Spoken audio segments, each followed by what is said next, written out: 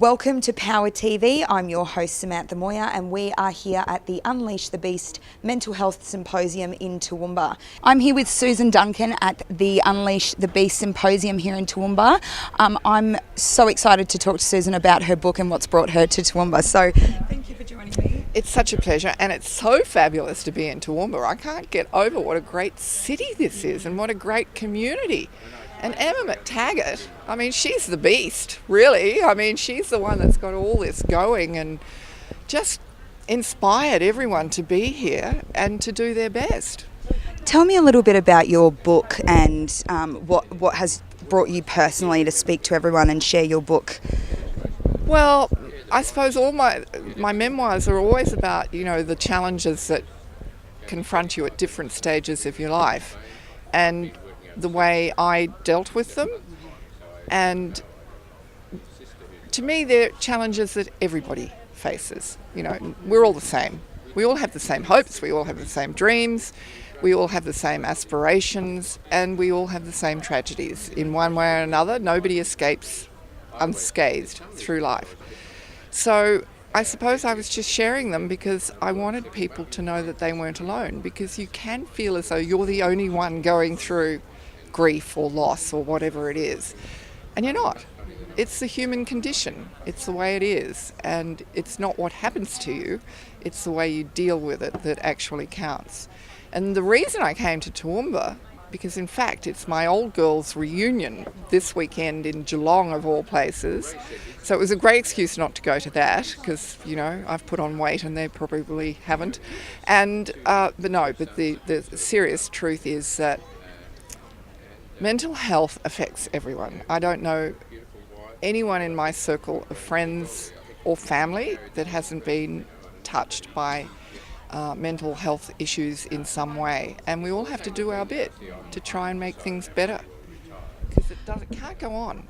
Well, I think the stigma's definitely changing in who we think, like ages as well, like it being over a certain age, but there's children that are going through things, and teens and youth and middle-aged people from all demographics. And one of the common threads that we've been seeing from the people we've been talking to is that you're not alone. And I love that because, sharing people's stories in books is just so inspiring for people just to understand that it is a community-based issue, but lean on your community as well. Obviously Toowoomba, I can't speak highly enough about Toowoomba, but do you have any tips for community outreach or any kind of messages that you want to share with anyone, reaching out? You can do the smallest thing to make yourself feel better. You can let someone go ahead of you in the supermarket queue. It's nothing, but it actually makes you feel better because you've done something good for someone, because they're overloaded, they're clearly stressed, they're clearly in a rush, and you've got the time to step back, and you step back.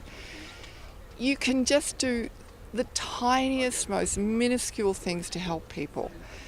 You can make a difference to other people's lives, and as soon as you sort of get your head out of worrying about making a difference to your own life and start thinking about making a difference to other people's lives, you actually feel so much better.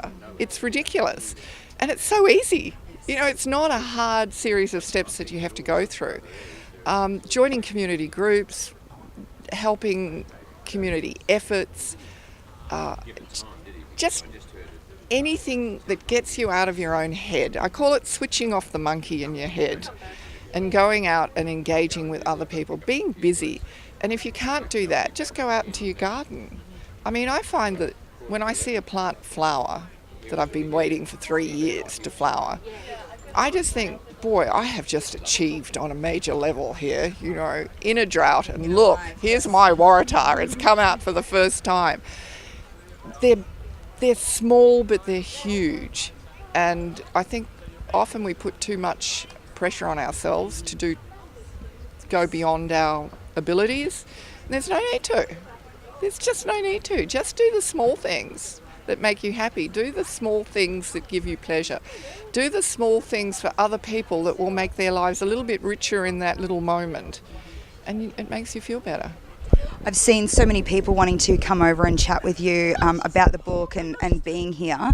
You must hear so many stories from people like wanting to share with you because of your book and what you're sharing.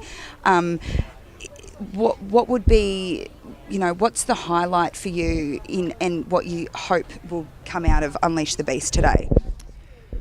Better mental health, people not feeling isolated and alone and hopeless, understanding that each new stage of their lives is an adventure, not a trial, and that you can do anything.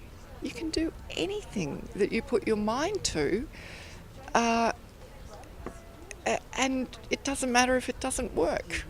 Failure is nothing. Failure is stacked up against, I was just saying this, when I was diagnosed with breast cancer and I thought I might not live for very long, and you start these terrible treatments and whatever, I just thought, my God, all my life I've worried about failure, when really I should have worried about health. Mental health, physical health. I had all my priorities were wrong. So I guess, and I suppose when people come up to me and say, look, I went through that and I didn't think I was going to get through it, but if you did, then probably we can too. That's all you need. I actually love that. I'm going to use that. I'm going to quote you on all this time I was worried about failure and I should have been worried about health. I think that's the quote of the day for me. So thank you so much for chatting with me. And your book, The House, I was just trying to hold it up. Can you see that there? The House at Salvation Creek. You can find that at all good bookstores and online. I guess so. Yeah. I wouldn't have the faintest idea. So thank you so much for joining me today. It was a great way to, connect with everyone on the same topic. Thanks for being it's part beautiful. of it. It's fabulous. Yeah. Fabulous.